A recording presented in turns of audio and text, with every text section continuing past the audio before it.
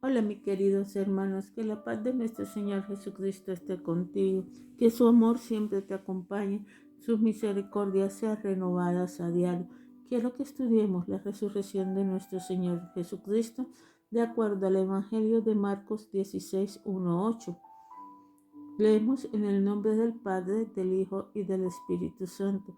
Cuando pasó el sábado, María Magdalena, María la madre de Jacob y Salomé compraron especies aromáticas para ir a ungir el cuerpo de Jesús muy de mañana, el primer día de la semana. Apenas saliendo el sol, se dirigieron al sepulcro. Iban diciendo unas a otras: ¿quién nos quitará la piedra de la entrada del sepulcro? Pues la piedra era muy grande. Pero al fijarse bien, se dieron cuenta que estaba corrida. Al entrar en el sepulcro, vieron a un joven vestido con un manto blanco sentado a la derecha y se asustaron. No se asusten, les dijo, ustedes buscan a Jesús el Nazareno, el que fue crucificado, ha resucitado, no está aquí. Miren el lugar donde lo pusieron, pero vayan a decirle a los discípulos y a Pedro: Él va delante de ustedes a Galilea, allí lo verán, tal como les dijo. Temblorosas y desconcertadas, las mujeres salieron huyendo del sepulcro. No dijeron nada a nadie porque tenían mucho miedo. Las narraciones de la resurrección de Cristo constituyen el centro teológico de los evangelios canónicos y la afirmación de la fe más importante para la comunidad cristiana. Primera de Corintios 15:14. Este singular milagro es el más importante de los que se incluyen en la Biblia. Representa el corazón de la predicación apostólica antigua y es el mensaje fundamental de las iglesias contemporáneas. Aunque el testimonio de lo que sucedió al final de la primera Semana Santa se incluye en narraciones en todos los evangelios canónicos: Mateo 28:1-10, Marcos 16:1-8, Lucas 24:1-12, Juan 20:1-10, vamos a seguir nuestro análisis prioritariamente desde el testimonio de Marcos, por su perspectiva histórica de los eventos y por ser posiblemente el más antiguo.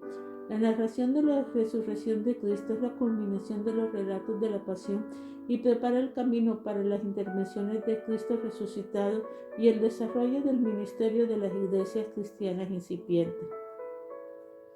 Este relato, que toma diversas formas de acuerdo con la finalidad teológica de cada evangelista, culmina con la ascensión de Cristo en el cielo.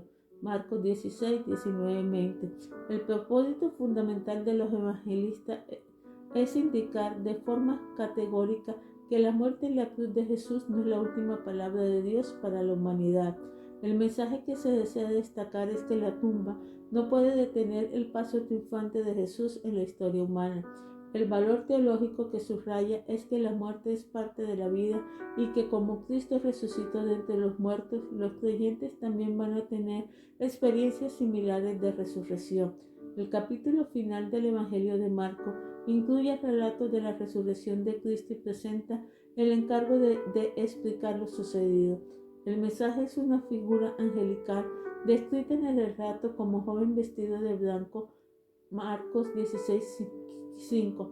Las primeras personas que oficialmente informan del milagro de la resurrección fueron tres mujeres: María Magdalena, María la madre de Jacob y Salomón.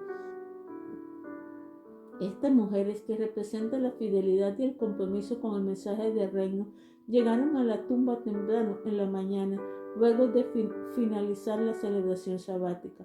Deseaban ungir el cuerpo de Jesús, pues era parte de la ceremonia luctuosa de preparación de los cadáveres para la sepultura. De acuerdo con la narración de Juan, Nicodemo también llegó al sepulcro con un ungüento de mirra y óleo. Juan 19:39. La preocupación básica de las mujeres en torno a la llegada al sepulcro era de naturaleza física y logística. ¿Quién iba a ayudarla a remover la piedra para entrar en la cueva y ungir el cuerpo de Jesús?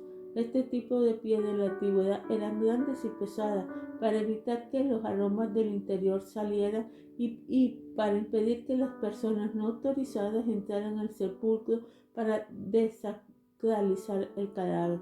Otra dificultad que había en enfrentar las mujeres era la reacción del grupo de soldados que protegían la sepultura. Sin embargo, cuando las mujeres llegaron a la tumba, según el relato de Marcos, ya los dos obstáculos habían sido superados. De acuerdo con la narración en el Evangelio de Marcos, las mujeres entraron al sepulcro y no se encontró el cadáver de Jesús. En su lugar les habló un joven con vestiduras blancas que le dio el mensaje muy claro: no tengan miedo, ustedes buscan al Nazareno crucificado, pues ya no está aquí. Pues resucitó. Digan a los discípulos y a Pedro que vayan ya. El Señor va de camino a Galilea, donde los verá como le había participado. La descripción del joven alude a una figura angelical que en la antigüedad era esencialmente mensajero de la palabra divina.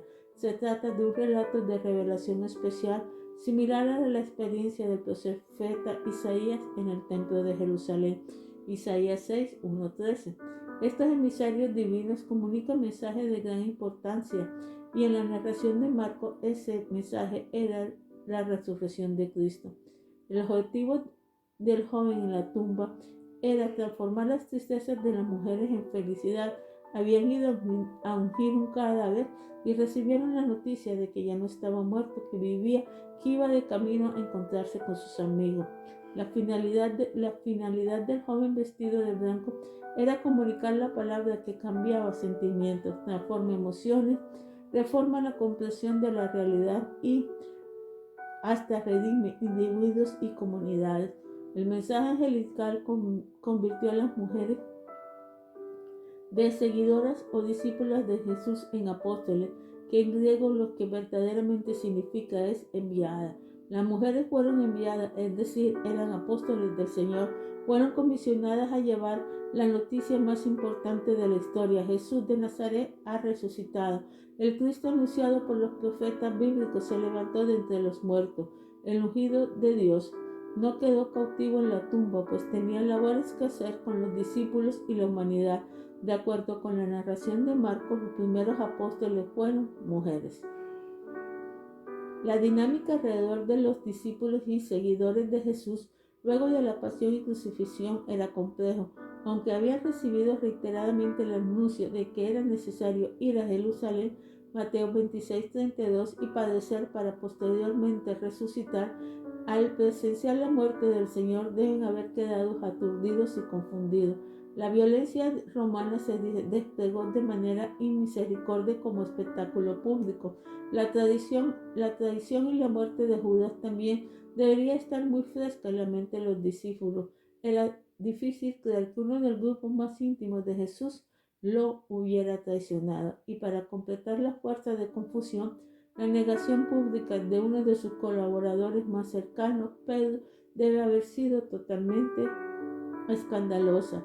De acuerdo con las narraciones de Marcos, el joven mensajero divino indicó a las mujeres que informan a los discípulos y a Pedro que había resucitado. El primer paso para superar la crisis era llevar la información correcta a las personas pertinentes lo antes posible. De singular importancia teológica es el texto de la expresión «Vean delante de ustedes a Galilea», pues es una manera literaria de afirmar y acentuar la capacidad divina de intervenir con las realidades y adversidades humanas antes que las personas se percaten de las manifestaciones y revelaciones de Dios. La primera reacción de las mujeres fue de temor, temblor, espanto y confusión ante los eventos relacionados con la crucifixión y la revelación angelical. La reacción humana fue de huida. Las mujeres salieron del sepulcro huyendo, pues tenían miedo. No podían entender la magnitud y extensión de la revelación angelical. No pudieron obedecer el mandato divino, pues el miedo las detuvo y el temor les impidió proceder con fe hacia el futuro. Posteriormente, el Señor se le aparece a Magdalena, que respondió con sobriedad y comunicó el mensaje de la resurrección. El grupo íntimo de creyentes, Marcos 16, 9, 11. Los discípulos relacionaron inicialmente con incredulidad, aunque finalmente se le apareció a los 11 y luego de reprocharles su incredulidad, los comisionó para ir por todo el mundo para predicar el evangelio del reino. Mateo 16, 14, 18. La narración final en Marcos sobre la resurrección de Cristo se relaciona con la ascensión. En este contexto final es que se afirma a los discípulos discípulos hicieron la voluntad de Dios y presidieron en todas partes. Y su mensaje era confirmado con señales que la corroboración física de que el Señor los acompañaba en esa encomienda educativa, misionera y teológica. Marcos 16, 19, 20. Una palabra adicional debemos añadir en torno al milagro de la resurrección de Cristo. El Evangelio de Mateo incluye una serie de detalles relacionados con los momentos finales en la vida de Jesús. Mateo 27, 51, 54. Cuando el Señor entregó su espíritu al final del proceso de crucifixión, surgió lo siguiente: el velo del templo se rasgó, la tierra tembló, las rocas se partieron y los cuerpos de muchas personas santas que habían muerto se levantaron. Además, después de la resurrección de Cristo, las personas santas que habían levantado salieron de su sepulcro, entraron a Jerusalén y aparecieron a mucha gente. El centurión romano, junto a otros custodios del cuerpo de Jesús, al presenciar lo sucedido, hicieron una afirmación teológica contundente: verdaderamente es el Hijo de Dios. Esta sesión final de las narraciones de la resurrección de Cristo es una especie de final teológico sesional. Posiblemente afirma que vivió haciendo milagros. Al morir también continuó con ese ministerio de prodigios. Estos detalles de milagro constituyen la afirmación teológica finales relacionadas con la crucifixión de Jesús y la resurrección de Cristo. El Señor vivió y murió de la misma forma, haciendo milagros, pues esas acciones estaban íntimamente accionadas con la predicación del reino, que era el corazón de la enseñanza de Jesús. El velo del templo que separa el lugar santísimo se rasgó de arriba abajo, que es una manera de decir que lo que sucedió fue una intervención divina que procedía de las alturas. Finalmente, las separaciones para el pueblo de Dios, pues con el sacrificio de Cristo había acceso directo sin intermediario. Los temblores y las rocas, que son parte de signos de teofanías e intervenciones divinas en la historia. Los muertos que resucitaron son signos del poder de Cristo sobre la vida y la muerte. Jesús de Nazaret, Padre Celestial, oh Dios eterno, te damos gracias por todo lo que has hecho, por tu amor, por tu presencia, por tu misericordia. Te pedimos, Dios eterno, misericordioso, que cada día nos ayudes más, que cada día, Padre Celestial, tu amor, oh Santo Espíritu de Dios, Señor, nos llene. Espíritu Santo, gracias por todo. Oh Dios eterno, gracias, Padre Celestial, Señor, porque la resurrección de Cristo, Señor, me enseña, Padre Celestial, que en ti hay vida eterna, que Jesús de Nazaret es el camino, la verdad y la vida, que Él es la resurrección y la vida, y que si queremos tener una vida eterna, ser inmortales, debemos buscarlo a Él. Querido hermano, si quieres más sobre esto, más estudios, te puedes comunicar con nosotros al más 57 310 601 6670. Si quieres oración, también lo puedes comunicarte con nosotros. Que la bendición del Padre, del Hijo y del Espíritu Santo te acompañe. Amén y amén.